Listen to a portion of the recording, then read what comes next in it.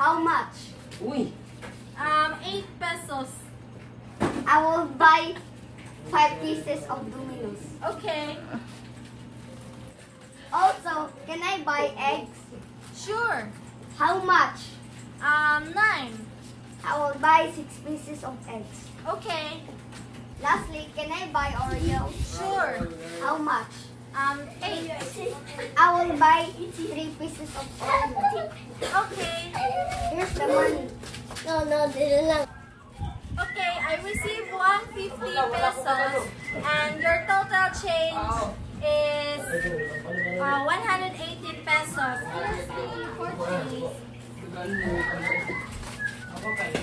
Thank you, Tita Ethel. You're welcome.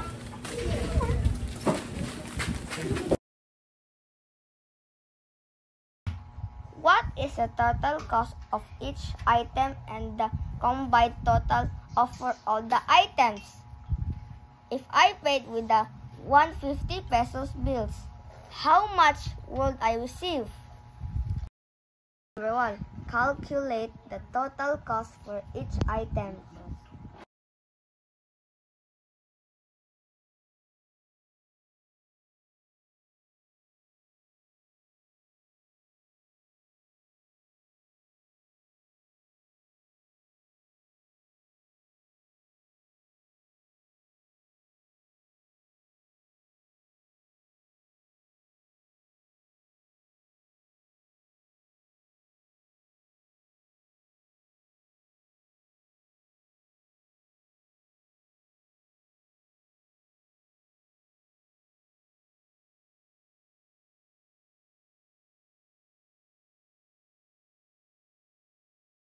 Number 2.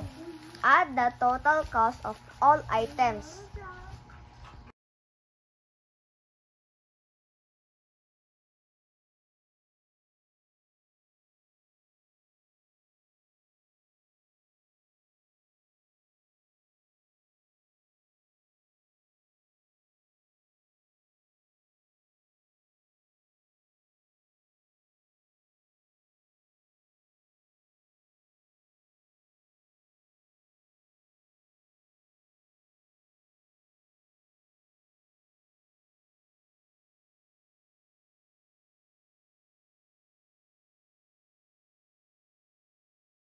Calculate the change from 150 peso bill.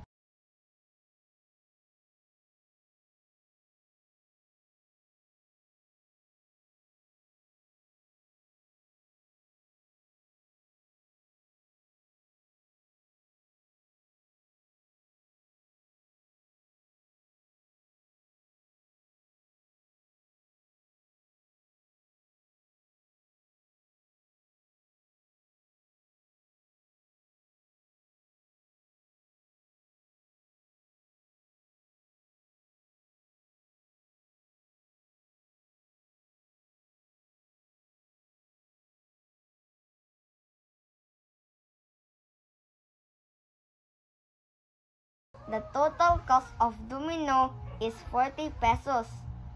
For eggs is 54 pesos. And Oreo is 24 pesos. The combined total is 118 pesos.